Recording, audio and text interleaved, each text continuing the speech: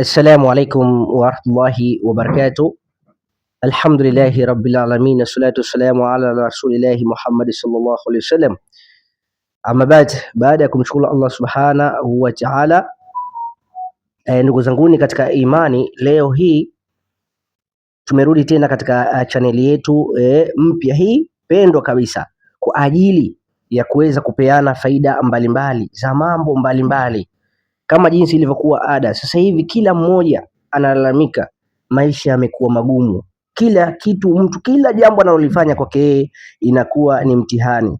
Lakini vile vile bimaana, kutokana na hali kama hiyo, Allah subhanahu wa ta'ala anasema katika Qur'ani, faman arada an dhikri fa inna lahu maishatan dhanka, yoyote atakayopuuza utajo wetu tutampa maisha ya dhiki. Bimaana kwamba kutokana na hali kama hiyo hakuna budi ya kujikurubisha kwake Allah subhanahu wa ta'ala, bimaana kwamba kuomba msaada kwake Allah subhanahu wa ta'ala. Utaombaje ndugu yangu katika imani? Ndio twende katika mada, twende katika hali ya kuweza kufungua zile password ili uweze kupata fawaida mbalimbali. Ikiwa katika hali kama hiyo unapitia hali ngumu, mambo magumu, kila unalofanya haliendi, basi inshallah leo nimekuja na suratul zilzalaha au idha zulzilatil ardu zilzalaha.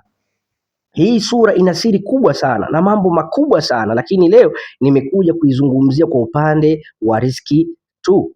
Kwa hiyo yoyote mwenye kutaka wepesi wa riziki zake ziwe nyepesi sana, mambo yake yawe mepesi sana, basi kila baada ya salatul fajri akae pembeni asome suratul zilzalaha mara 41 kwa kikao kimoja, kila baada ya salatul fajri inshallah afanye hivyo. Basi kwa baraka zake Allah subhanahu wa ta'ala, basi riziki zake zitafunguka na zitakuwa nyepesi sana kuliko vile ambavyo unavyotarajia. Kwa hiyo kutokana na hali kama hiyo, sina la ziada zaidi ya kusema kwamba usichoke kufuatilia vipindi vinavyokuja kupata faida mbalimbali ya mambo mbalimbali. Assalamu alaikum warahmatullahi wabarakatuhu.